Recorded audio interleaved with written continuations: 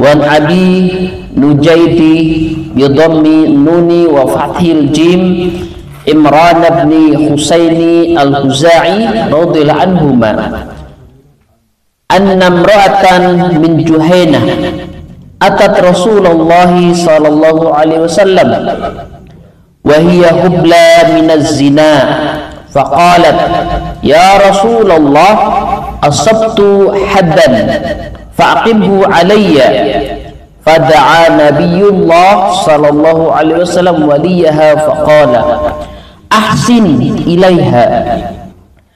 Dari Abu Nujaid Imran bin Al-Husain Al-Khuzai radhiyallahu anhu bahwa ada seorang wanita dari Bani Juhainah mendatangi Rasulullah sallallahu alaihi wasallam sedangkan ia dalam keadaan hamil karena perbuatan zina. Kemudian dia berkata, ya Rasulullah, aku telah melakukan suatu perbuatan yang harus dikenakan had atau hukuman, maka laksanakanlah had itu atas diriku. Maka Nabi Muhammad sallallahu alaihi wasallam memanggil wali dari wanita itu lalu bersabda, berbuat baiklah kepada wanita ini, dan apabila telah melahirkan kandungannya maka datanglah kepadaku dengan membawanya.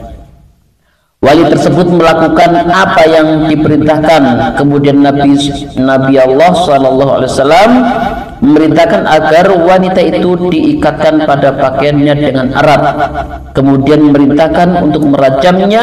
Setelah itu beliau mensalatkan jenazahnya. Maka Umar berkata pada beliau, apakah engkau mensalatkan jenazahnya wahai Rasulullah, sedangkan ia telah berzina?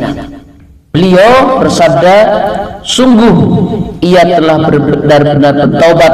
Seandainya taubatnya itu dibagikan kepada 70 orang dari penduduk Madinah, pasti mencukupi mereka. Adakah pernah engkau menemukan seorang yang lebih utama dari orang yang suka mengorbankan jiwanya semata-mata mengharapkan keridhaan Allah Subhanahu wa taala? Muttafaqun alaih, Bukhari dan Muslim. Dalam riwayat lain ada tambahan bahwa ketika wanita tersebut datang kepada Rasulullah menggendong bayi, diminta kembali. Kemudian apa?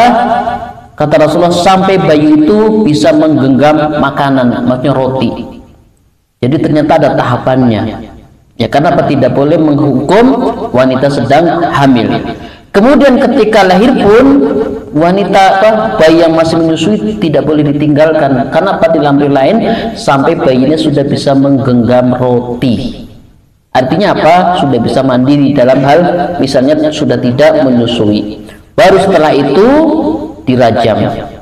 Apa faedah dari hadis ini jamaah sekalian rahmati Allah Subhanahu wa taala?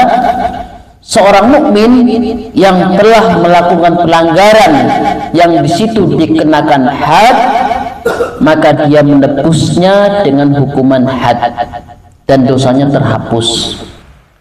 Dan yang melakukan ini pun harus penguasa, ya, harus pemerintah yang sah.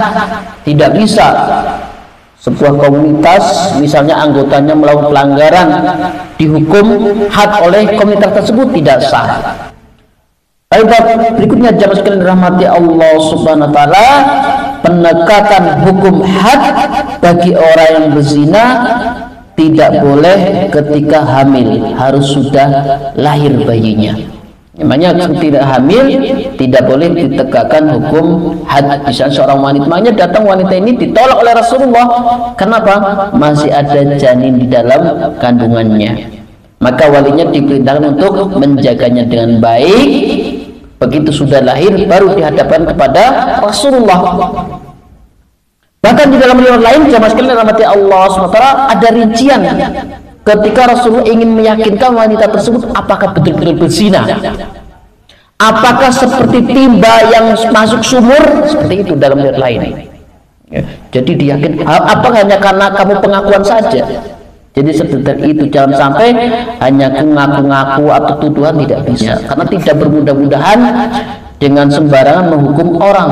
Ya. Semoga kita suatu saat mendapat kepemimpinan adil yang betul ditegakkan seadil-adilnya. Ya. Tidak sembarangan menghukum orang. Demikian juga Rasulullah. Ya, ketika menghadapi kasus itu betul sampai yakin seyakin-yakinnya. Jadi bukan hanya pengakuan.